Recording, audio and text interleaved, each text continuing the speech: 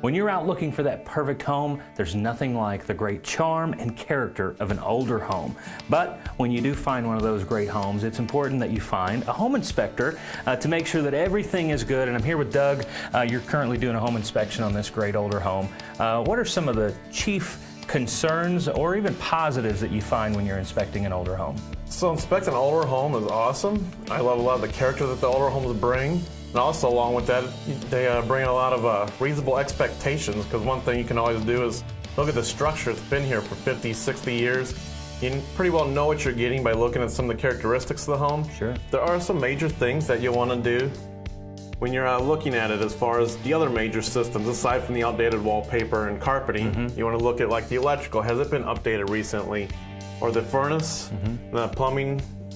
Yeah. So, and you said something to me off camera, Doug, earlier, because we were looking at the electrical panel in this home, and it's very small from what a newer home would have, and you had a very good explanation for that. Correct. And the electrical panel today would meet today's standards, but it is outdated in that when they built the home, they didn't anticipate computers and all the modern appliances we have, so upgrading would definitely be beneficial. Sure.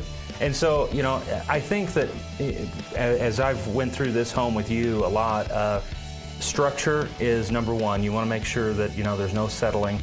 And then, you know, in a lot of ways, this home, you pointed out a few things downstairs. The home was actually built better than a lot of today's standards.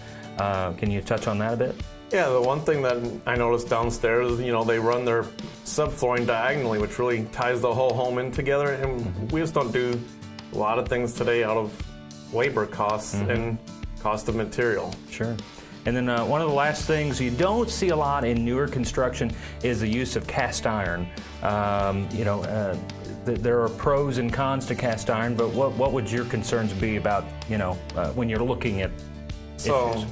as far as cast iron, it is great in that when you're in the basement, you can't hear the water running down the pipes.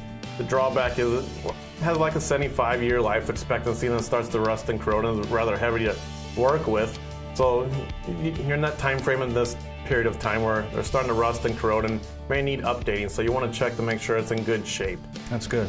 Well, we're going to be talking to Doug about some other things to really watch for. This is the largest investment you'll ever make, and it's really important that you are protected with a very thorough and professional home inspection. Pillar to Post Home Inspection is there for you every step of the way.